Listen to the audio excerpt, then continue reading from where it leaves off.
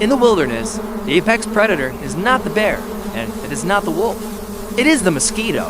A single mosquito is an annoyance. A swarm is a tactical threat that attacks your sanity and your biology.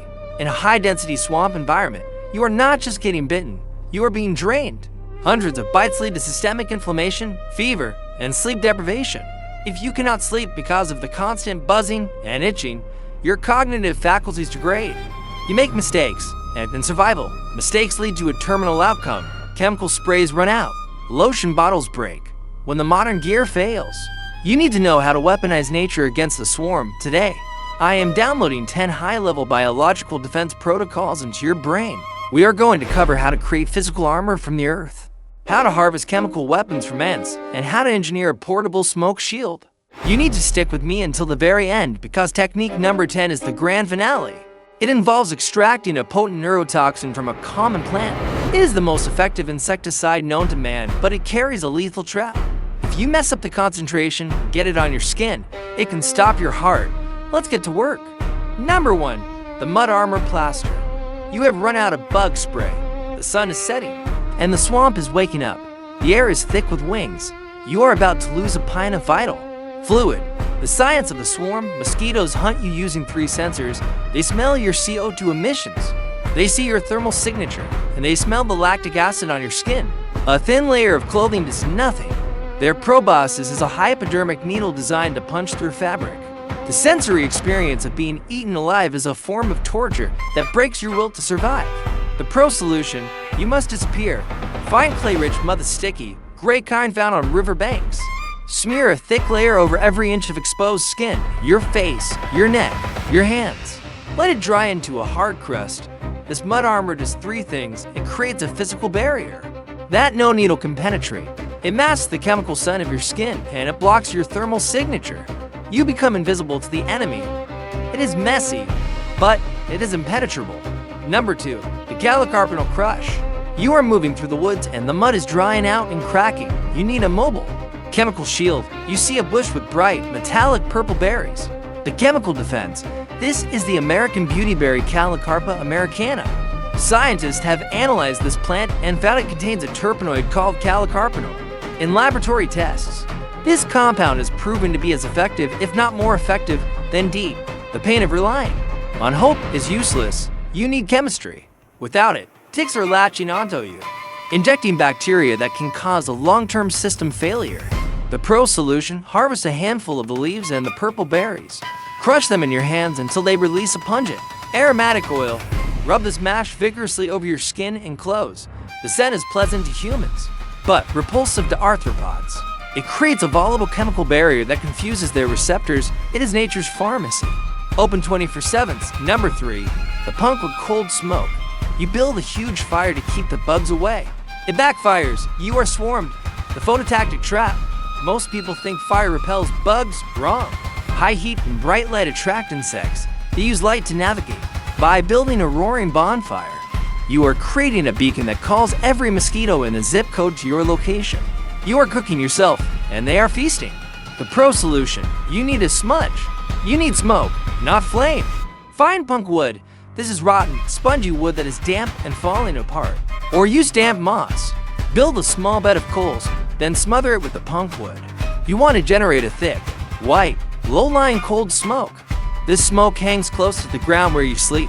It suffocates the insect's respiratory spiracles and masks your scent. You want to marinate in the smoke.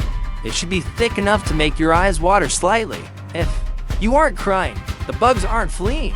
This creates a safe zone, unlike the dangerous chemical zone we will create in number 10. Number 4, the Smoke-Cure Impregnation. You step away from the fire to gather wood, and you are instantly attacked. Your protection is stationary, but you need to be mobile. The textile vulnerability. Your clothes are porous. Mosquitoes can bite. Through denim, ticks can crawl up your pant legs. Once you leave the smoke, the scent fades and you are fresh meat again. The pro solution, you need to bond the carbon to the fiber. Before you put on your base layers for the night, hang them directly in the thick, white smoke of a pine or cedar fire. Let them hang for at least 20 minutes. The creosote and carbon particles physically impregnate the fabric weave. This turns your shirt and pants into a walking repellent field. Even hours after you leave the fire, the scent profile of the smoke remains strong enough to deter pests. You are essentially curing your clothes like jerky. Number 5. The Formic Acid Harvest. You are in a pine forest. No beautyberry.no mine. But you see a massive mound of dirt. You have found a chemical factory. The biological weapon. Ants produce formic acid to defend their colony. It is a corrosive, acrid chemical that burns soft tissue. To an insect, it is terrifying. The panic of having no defense is real, but you are standing on a stockpile of ammunition. The pro solution. There are 2 ways to harvest this. Method A. Take a piece of cloth or a bandana.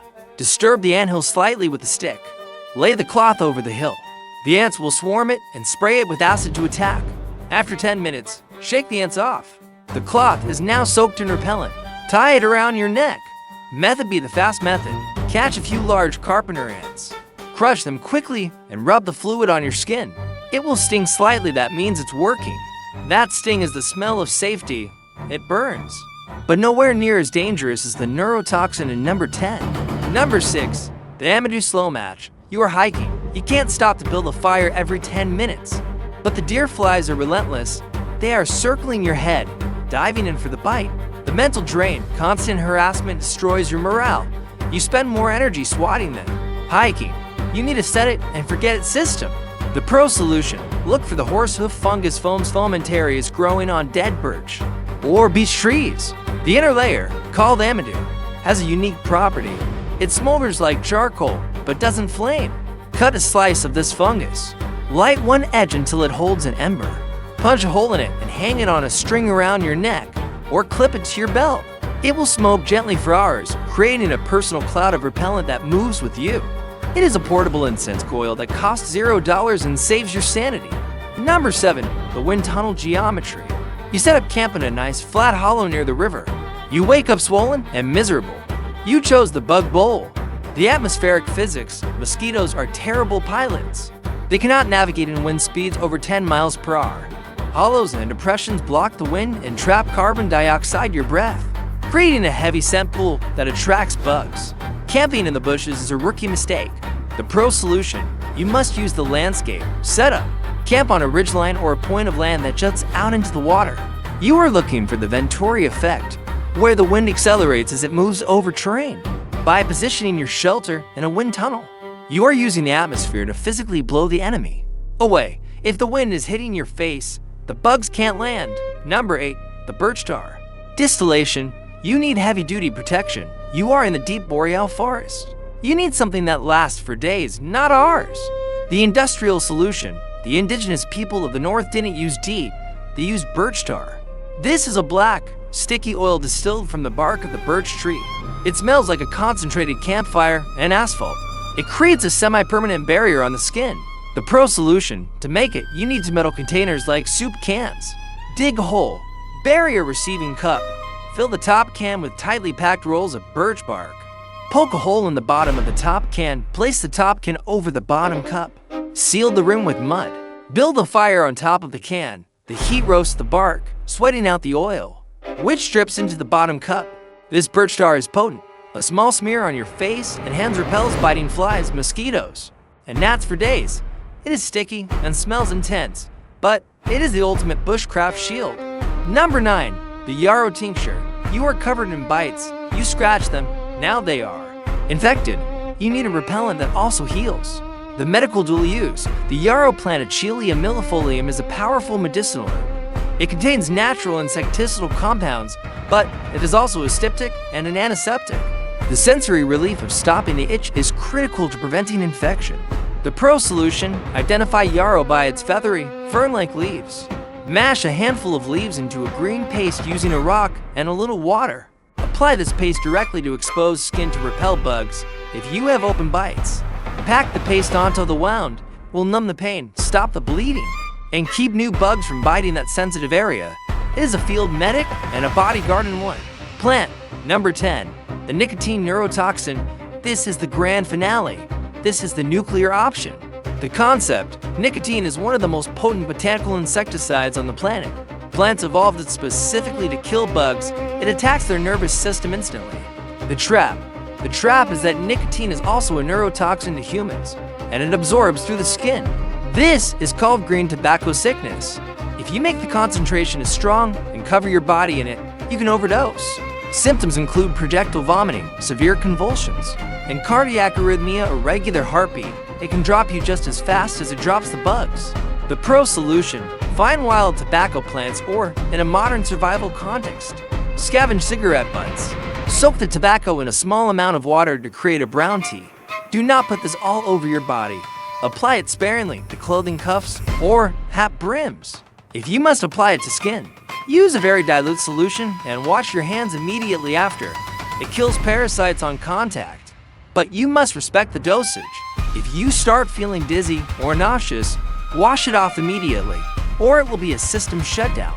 In the wild, the smallest enemies are often the most dangerous. Protect your vital fluids, and you protect your life. In the next video, we will dive deeper into primitive hygiene. Subscribe so you don't miss it. Stay bug-free, and stay safe.